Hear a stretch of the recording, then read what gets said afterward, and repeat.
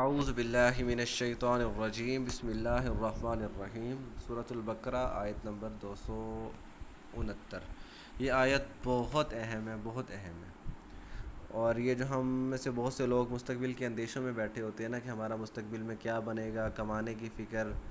آگے رشتے کرنے کی فکر، یعنی جس طرح کی بھی فکر جو ہمارے ذہن میں سوچ پیدا ہوتی ہے، جو بھی جس لحاظ سے بھی مستقبل کا کوئی خوف پیدا ہوتا ہے، تو اس خوف کے لحاظ سے ہمیں یہ آیت بہت بہت بہترین انداز میں رہنمائی کرتی ہے۔ یؤتی وہ دیتا ہے، عطا یؤتی کا مطلب دینا، یؤتی الحکمت وہ حکمت دیتا ہے، من یشاء جسے چاہتا ہے، جسے چاہتا ہے وہ حکمت دیتا ہے، ومن اور جو یؤتا، اب یہ ہے یؤتا، آتا یا یؤتی، یو اعطان کا مطلب ہوتا ہے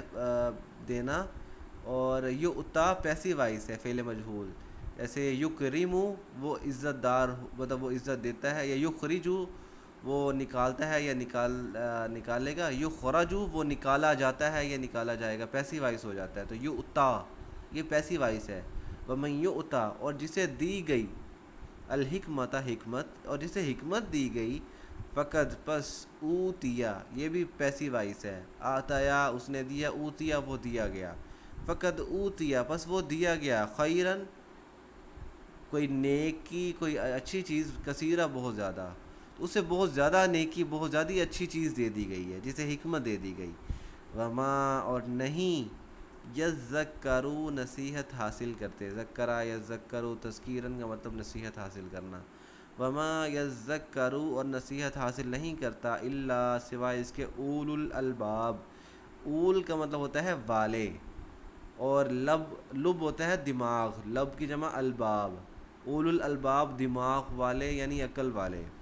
وما یذکروا الا اولو الالباب اور اس سے نصیحت حاصل نہیں کرتے مگر وہ جو عقل والے ہیں۔ اب اگر اس کا تعلق پچھلی آیت سے جوڑا جائے تو وہ یہی ہے کہ بھی جو اللہ کے راہ میں مال خرچ نہیں کرتا، وہ یہی ہوتا ہے نا کہ بھی اسے یقین نہیں ہوتا کہ مجھے کبھی اس کا بدلہ ملے گا، یہ وہ، لیکن جو اللہ کے راہ میں مال خرچ کر رہا ہے تو اللہ تعالیٰ نے اسے حکمت دی ہے، تو اسے سمجھ میں آئی ہے کہ اس کا اجر، اس کا بدلہ مجھے آخرت میں ملنا ہے، اور دنیا میں بھی اللہ تعالیٰ اپنے پاس نہیں رکھے گا، بلکہ اللہ تعالیٰ تو غنی ہے، حمید ہے، اللہ تعالیٰ اسے واپس لوٹائے گا اور بڑھا چڑھا کر دے گا۔ تو اس وجہ سے اللہ یہ حکمت کا مطلب ہوتا ہے صحیح قوت ارادی، صحیح فیصلہ کرنا۔ آج جو ہم دیکھیں ہمارے معاشرے میں، ہمارے معاشرہ تو چلو گناہوں سے بھرا ہوا ہے، وہ اور چیز ہے، وہ تو اسلام پہ عمل نہ کرنے کی وجہ سے ہے،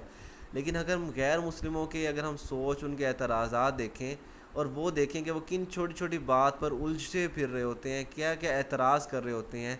وہ چیز دیکھیں تو ہمیں سمجھ میں آتی ہے کہ بھی انسانی عقل جو ہے، اگر ہم صرف اپنی انسانی عقل پر بھروسہ رکھیں تو انسانی عقل ہمیں کتنا گمراہ کرتی ہے۔ جیسے دیکھو نا، میں عام مثال دیتا ہوں، قدرت کا نظام ہے، اس دنیا میں جتنے بھی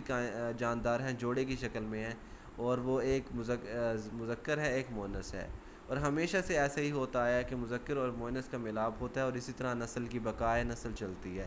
اب یہ جو نئی تنظیمیں آئی ہیں کہ بھی LGBT وغیرہ، یہ چیزیں جن کا میں نے پچھلی ویڈیو میں ذکر کیا تھا، کہ بھی وہ بندہ بندے سے اور عورت عورت سے یہ جو تعلقات، جنسی تعلقات قائم کرنا، اب اس بارے میں ہماری عقل مطلب معاف ہو جاتی ہے کہ یہ دنیا کے کسی بھی جاندار، کوئی بھی جاندار ایسا نہیں کرتا، ہر کسی کے اندر اتنی عقل شعور، یہ ایک چھوٹی سی مثال دے رہا ہوں کہ ہر اس کے اندر، جاندار کے اندر اتنی شعور، اتنی عقل موجود ہے کہ وہ اس چیز قدرتی نظام کو قائم رکھے، جو قدرت نے ایک نظام دیا کہ مذکر اور مؤنث ملیں اور نسل چلے، یہ قدرت کا نظام تھا، تو اس قدرت کے نظام کو بگاڑنے کی کوشش کی، کیسے کہ بھی مذکر مذکر کا، مؤنث مؤنث کا آپس میں، یعنی اس طرح انہوں نے نظام بگاڑنے کی کوشش کی۔ یہ ایک مثال ہے ان کی عقل کی کہ وہ کس طرح کام کرتے ہیں، کس طرح ان کی عقل معاف ہو چکی ہے۔ اسی طرح اگر کائنات کی تخلیق کے بارے میں آپ ایتھیسٹ کے اعتراضات سنیں نا، ان کی ویڈیوز نیٹ سے، یوٹیوب سے نکال کے دیکھیں کہ بھی ان کے اعتراض کیا ہوتے ہیں، یا ان کی تھیوری کیا ہے، کائنات کیسے بنی، تو ان کے بارے میں بھی ان کے عجیب سے اعتراض ہوتے ہیں کہ بھی خود بخود بن گئی، کبھی کہتے ہیں کہ بھی کچھ بھی نہیں تھا، اس سے بن گئی، یعنی وہ خود اتنے کنفیوز ہوئے پھرے ہوتے ہیں، انہیں اپنی کسی بھی بات کا یقین نہیں ہوتا کہ بھی یہ واقعی، کیونکہ ظاہر ہے نا ہمارے پاس قرآن ہے، چلو قرآن کو کوئی نہیں مانتا، مطلب پڑھتا نہیں ہے، اس پہ عمل نہیں کرتا، وہ اور چیز ہے، لیکن ہمارے پاس کم از کم ایک چیز کنفرم ہے نا کہ یہ جو کتاب ہے یہ اللہ کی طرف سے، یہ 100% برحق ہے، اس کو ماننا نہ ماننا، وہ گناہ گار ہونا وہ اور چیز ہے، لیکن یہ تو کنفرم ہے نا کہ یہ ہے اللہ کی طرف سے، ہمیں اتنا یقین ضرور ہے کہ ہمارے پاس جو ہدایت ہے وہ اللہ ہی کی طرف سے، اور وہ 100% درست ہے، غلط نہیں ہو سکتی۔ وہ جو اپنی طرف سے تھیوریز بناتے ہیں کبھی کسی چیز سے متعلق کہ بھی یہ کیسے وجود میں آئی، انسان کیسے وجود میں آئے، وہ جو تھیوری آف ایوولوشن ہے کہ بھی پہلے کچھ اور جاندار تھا، وہ بعد میں تبدیل ہوتا ہوتا ہوتا ہوتا چیمپینزی یا بندر، اس سے انسان بنے، اور اس طرح مطلب اس طرح کی جو ان کی تخلیق کی جو ان کی تھیوریز ہیں، ان کی سوچ ہے نا، اگر آپ ان کو سن لیں وہ آپ خود حیران و پریشان ہو جائیں، آپ خود مخمصہ کہتے ہیں عجیب سی سچویشن میں، کنفیوژن میں پھنس جانا، تو وہ عجیب سی کنفیوژن میں پھنس جائیں کہ یہ مطلب کیا ان کی سوچ ہے، یہ کس طرح زندگی گزار رہے ہیں اس طرح بغیر ایک مقصد کے، بغیر اس طرح ان کے زندگی کا کوئی مقصد تو نہیں ہے نا، ان اپنے اولاد کو سے کوئی محبت نہیں ہے، گھروں میں جانور پالے ہوئے ہیں ان سے محبت ہے، اولاد یوں ہی ہے، اولاد نے والدین کو اولڈ ہومز میں جمع کروایا، انہوں نے بھی جانور پالے ہوئے ہیں، یعنی ایک کوئی نظام نہیں ہے، کوئی وہ ٹھیک ہے مطلب جو معاشرے کا نظام چل رہا ہوتا ہے جو ہمارے معاشرے میں نہیں ہے وہ ان کا ہوگا، لیکن جو ایک جو نفسیاتی ایک سچویشن ہے ایک دوسرے کے ساتھ تعلقات قائم کرنا، یہ وہ ان کے پاس سسٹم نہیں ہے، وہ مطلب بہت حیران پریشان سرگردان پھرتے ہیں، وہ جیسے قرآن پاک میں ہے نا انہم الا کالانعام بل ہم اضل، یہ صرف جانور نہیں ہے بلکہ چوپائے سے بھی بدتر ہے۔